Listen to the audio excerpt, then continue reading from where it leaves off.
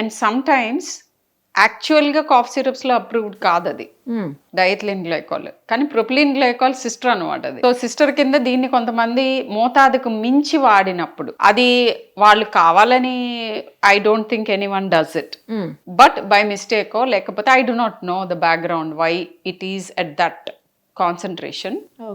So ఇప్పుడు కనుక్కున్నది ఏంటంటే 0.5% లోపు ఉంటే ఏం ప్రాబ్లమ్స్ కాజ్ చేయదు అది. 1 సిరప్ వాట్ ఎవర్ ఆ బాటిల్లో వాళ్ళు అనలైజ్ చేసిన దాంట్లో, again I'm giving a disclaimer, I do not know if this is the final report, they said it is about 48%. So approved దానికంటే 10 times మోర్ ఉంది. ఆ డోసేజ్ లో డైఎథిలిన్ గ్లైకాల్ ఏం చేస్తుందంటే ఇట్ విల్ మన బాడీలో యాసిడ్ బేస్ ని పైకి కిందకి ఎగరేసి కిడ్నీ ఫెయిల్యూర్స్ లోకి వెళ్ళే అవకాశం ఉంటుంది. And again when as the report stay, నేనే వెళ్ళి పక్కన నుంచి చూడలేదు కాబట్టి, ఆ పర్టికులర్ పేషెంట్స్ అందరిలోనూ కామన్ గా వచ్చింది రీనల్ ఫెయిల్యూర్ అండ్ డెత్.